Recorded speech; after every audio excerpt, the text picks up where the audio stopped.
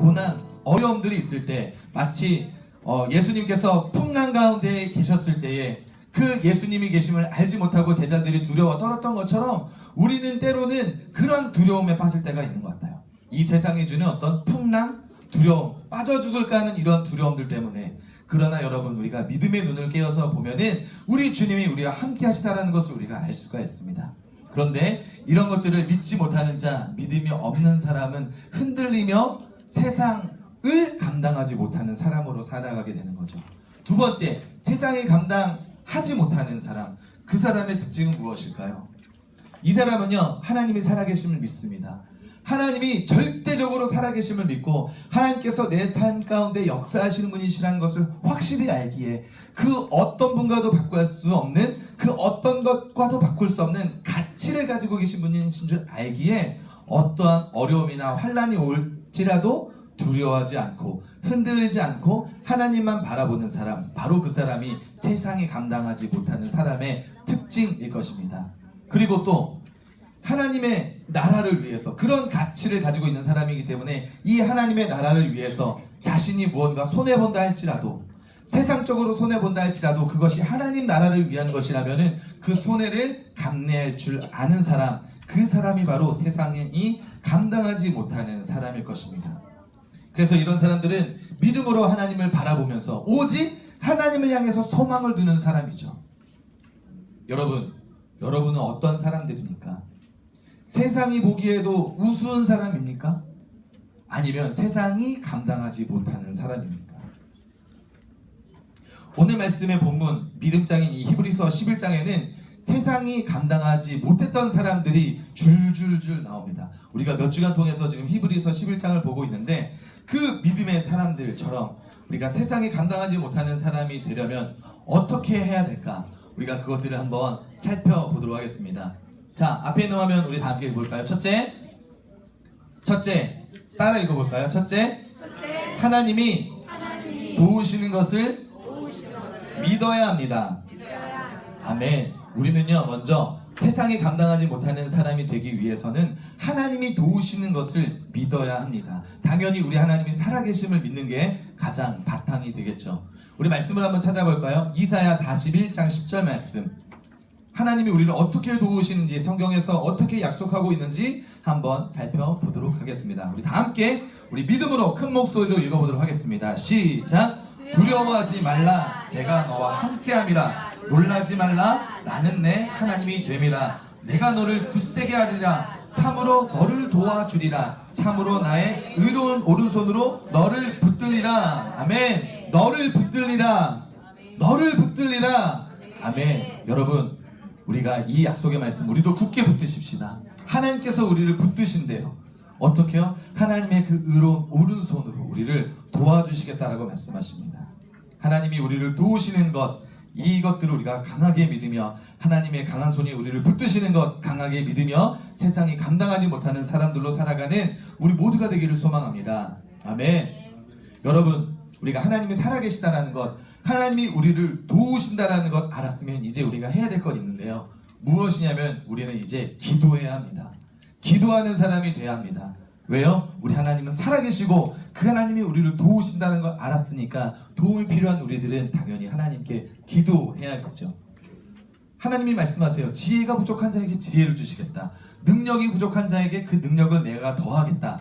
우리가 이 약속을 믿고 구하는 자에게 하나님께서 능력과 지혜를 부어주시는 것을 기억하면서 그 하나님의 도우심을 기억하면서 우리는 기도하는 사람이 되어야 될 줄 믿습니다.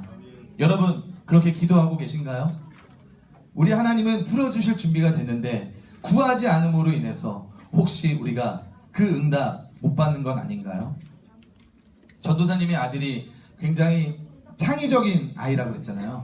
무언가 이렇게 굉장히 스마트하기보다는, 죄송한데 미안한데 우리 아들한테는 뭔가 이렇게 좀 창의적인 거를 잘해요. 그래서 뭐 로봇 같은 거 만드는 걸 잘한다고 했잖아요. 로봇 어떤 거를 좋아하냐면은 뭐 이렇게 조립하는 것들 있잖아요. 히어로 팩토리? 들어봤어요? 이제 너희들은 안 갖고 노는구나. 이제 한 7, 8살, 한 6살 때부터 갖고 놀던 그런 장난감인데 그런 게 있어요. 예전에는 어떻게 했냐면은 그런 장난감을 사면은 그대로 매뉴얼대로 그대로 이렇게 끼고 저렇게 끼고 이렇게 해야 되는 것으로 막 이렇게 조립을 했는데, 이제는 좀 그런 단계를 넘어서서 모든 장난감들을 다 분해했어요.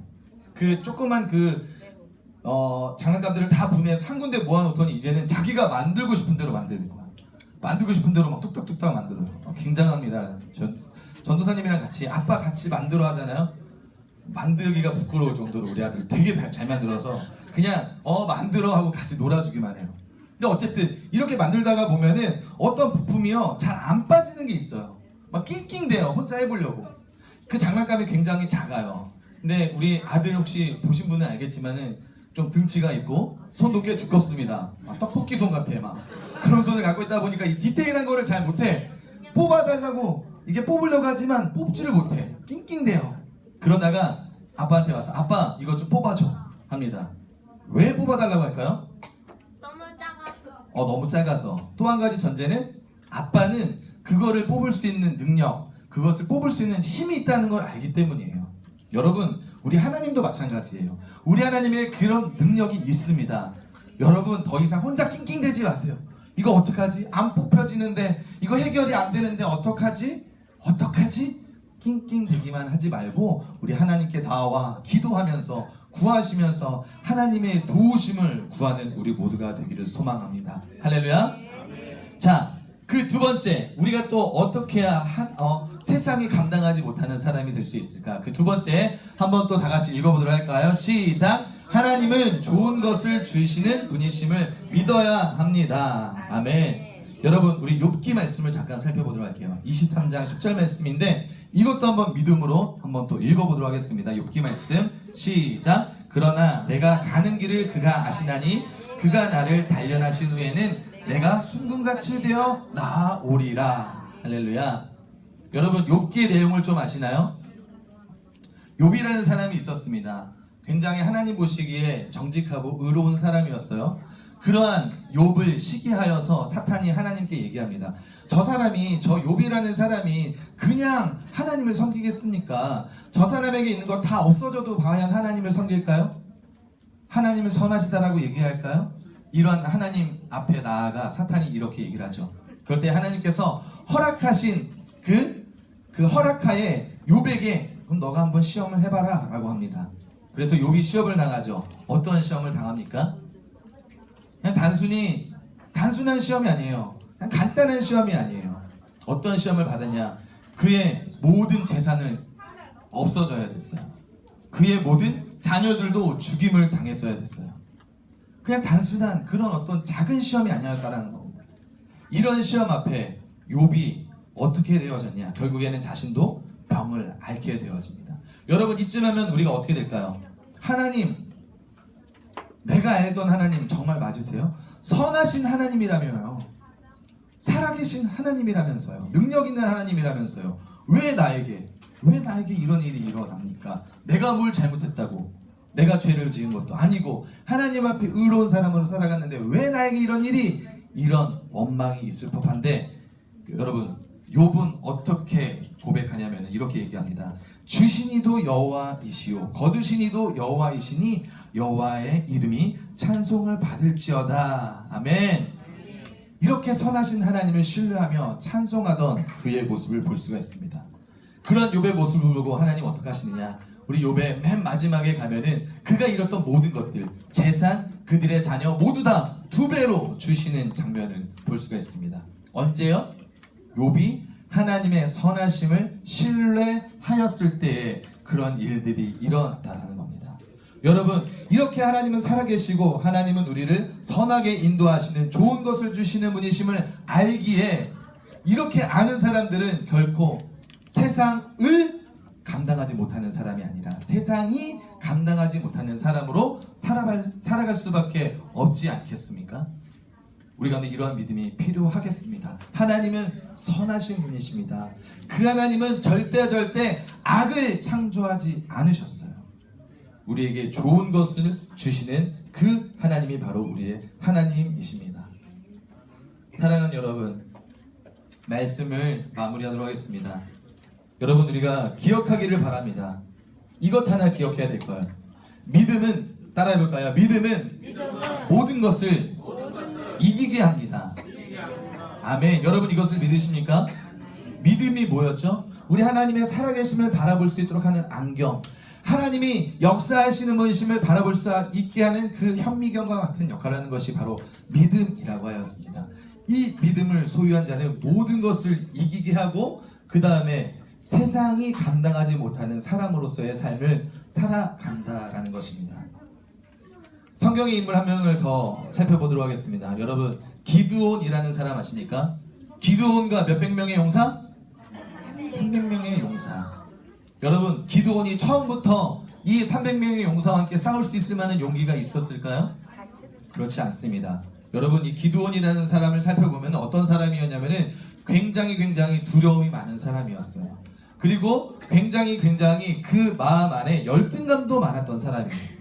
그런데 이런 사람이 어떻게 해요? 미디안, 그것도 18만 명이나 되는 사람들을 이 300명의 용사와 함께 승리를 거두게 되어지는 이 놀라운 일을 했던 사람이 바로 기드온입니다. 이 기드온은 어떻게 이렇게 강한 용기와 믿음을 가지게 됐을까요? 하나님께서 그에게 말씀하신 한 말씀이 있습니다. 우리 한번 찾아보도록 할까요? 사사기 6장 12절 말씀 다 함께 읽어보도록 하겠습니다. 시작.